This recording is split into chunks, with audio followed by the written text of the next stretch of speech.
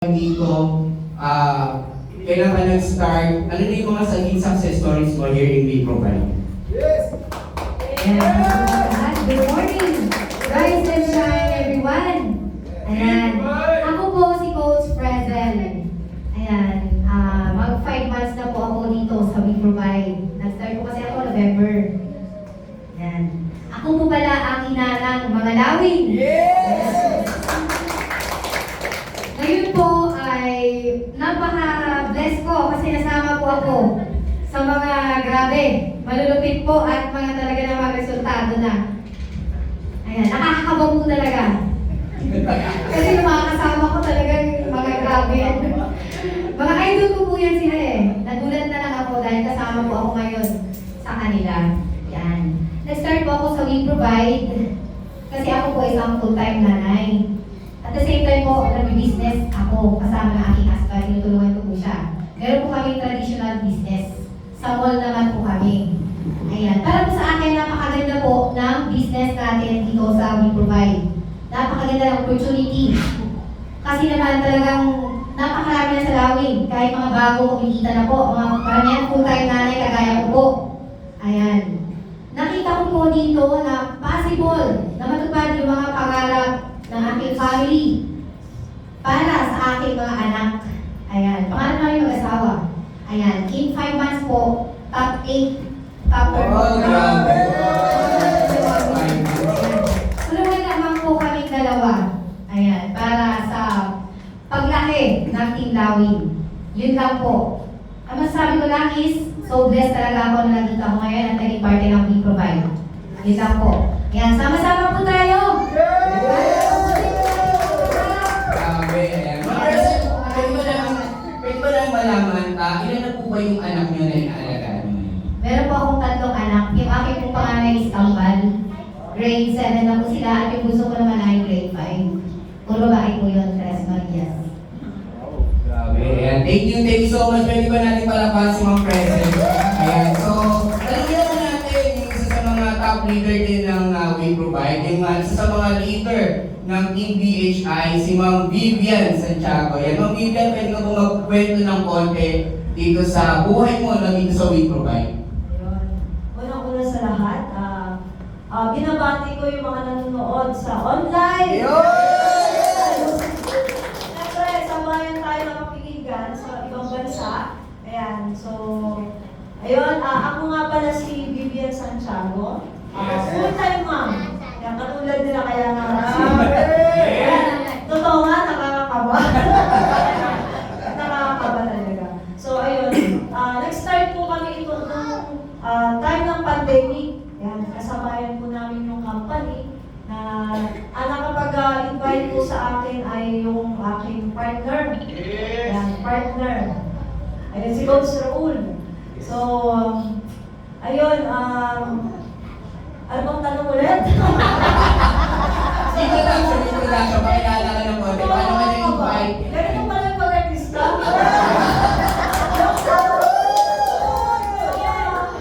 Full-time mom na talaga namang sabi nga nila pag full-time mom sa bahay, yan. Dapat talaga flexible, di ba? So, dati rin po ako naging OFW. Kaya talagang sobrang pag-once na nakaka-invite po ako ng mga OFW, nararamdaman ko yung hirap nila, sakripisyo nila sa ibang bansa. Kaya naman, pagka nag-ano kami, talaga ang gusto ko lagi na i-invite OFW. Gusto ko ipakita sa kanila yung nakita ko dito sa We Provide.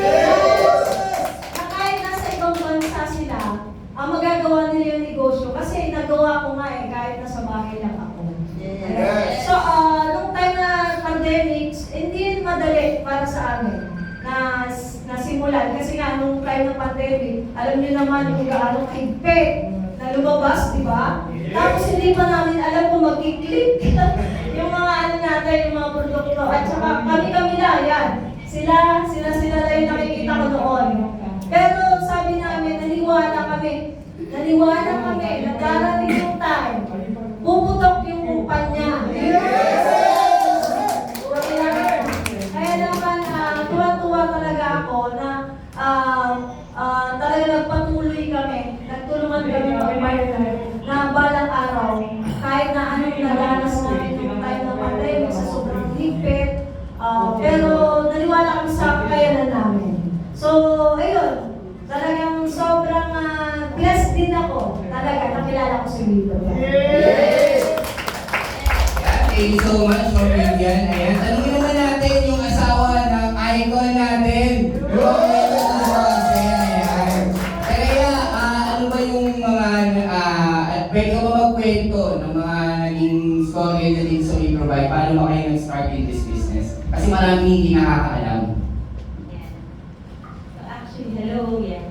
So actually, hindi na ako papakilala kasi sobrang papakilala na sa akin ko siya. And so, pero sabihin ko pa yung pangalan ko, I'm Rhea Rose, no? And I'm doing the business ko just part-time. Katulad po nila, yung full-time ma'am. Yes. I'm doing the business part-time lang, 2 to 3 hours per day, literal, no? But with full-time attitude. Nag-umpisa po talaga kami dito is online lang talaga, especially po ako, no? Kasi po, full-time mom nga ako.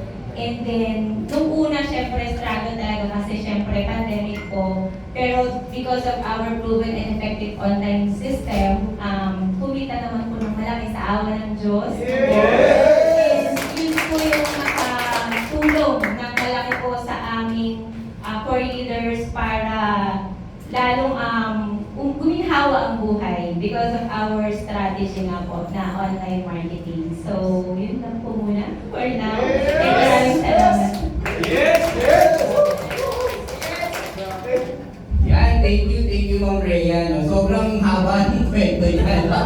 So anyway, ayan, so interview naman natin yung ating recently and current top 1 ng We-Provide Rose Ann. Ako, curious lang din ako, no?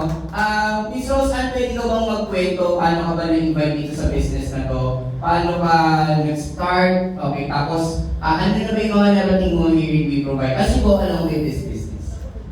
Ayan, no? Good morning po, good afternoon, and good evening po sa lahat. Kasi yung iba po, nakakasama natin dito, wala sila dito pero nandun sila sa abroad. Yes. So, sa mga hindi dito ngayon, ayan, so, ang name ko po is Rose Ann Singo. Ayan, Vergara, ganun po yung asawa ko pang magalit.